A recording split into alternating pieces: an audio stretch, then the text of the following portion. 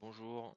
Donc là, c'était pour vous montrer comment on faisait on mettait le firmware en place sur le capteur de pollution, Louvdaten. Donc là, on a branché le petit module qui s'appelle Lolin. C'est un petit module Arduino et on va mettre le firmware dessus. Donc on se trouve sur une machine Linux. On a branché euh, le, via USB le petit module. Et donc maintenant, ce qu'on peut regarder dans les messages, c'est ici en fait que le module il a été détecté en tant qu'avec un nom TTY USB 0.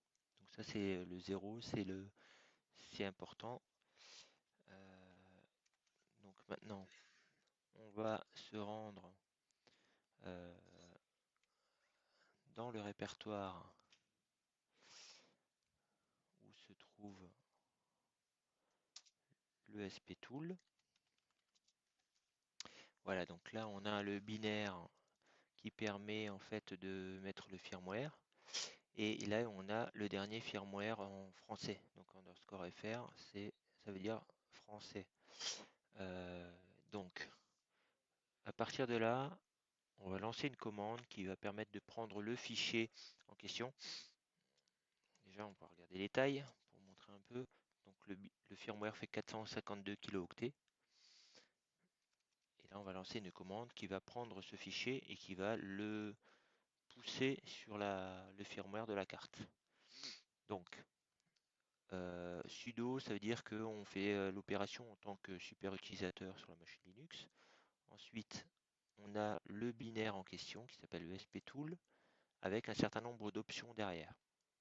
Les options, on ne va pas toutes les détailler, mais en l'occurrence, on peut dire que on l'envoie vers ce TTY USB 0, c'est en fait le périphérique USB qu'on a branché donc via le câble, donc c'est le petit module Arduino, et le fichier en question dont je vous ai parlé tout à l'heure, qui se trouve là.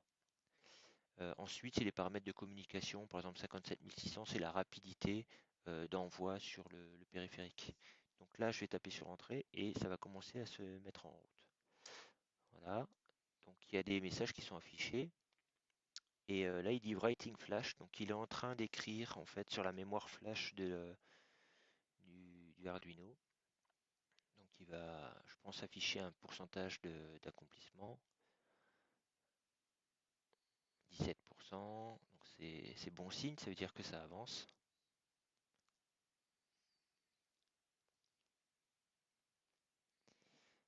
Voilà, donc ça continue. C'est pas très long en général, quelques minutes.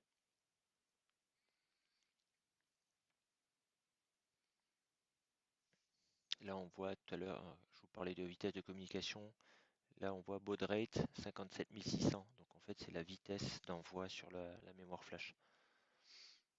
Donc ça, c'est cette ligne de commande là, on la trouve sur le site louvdaten.info. C'est assez facile à retrouver. La seule difficulté en fait, c'est de trouver en fait sur quel périphérique envoyer, donc l'USB TTY USB 0, là dont je vous ai parlé tout à l'heure, et d'avoir une machine Linux, mais ça on peut en avoir une juste avec un CD bootable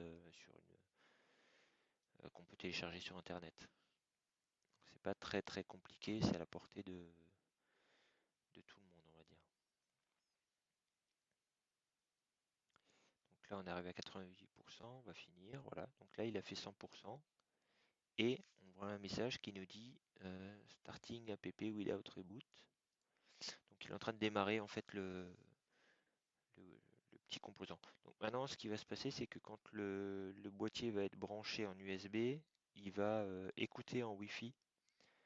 Il va faire un point d'accès Wi-Fi. Donc avec n'importe quel périphérique comme un téléphone ou un ordinateur, on peut se connecter en Wi-Fi sur le boîtier.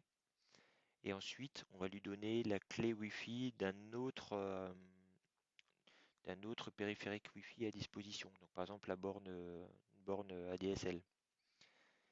Une fois qu'on lui a renseigné la clé Wi-Fi de la borne ADSL qu'il a à proximité, le boîtier redémarre et se connecte à Internet via cette borne-là comme un périphérique client. C'est-à-dire c'est-à-dire comme un téléphone ou comme un ordinateur, une tablette ou n'importe quel périphérique. Voilà, la vidéo s'arrête là. On a fini cette opération de mise à jour du firmware.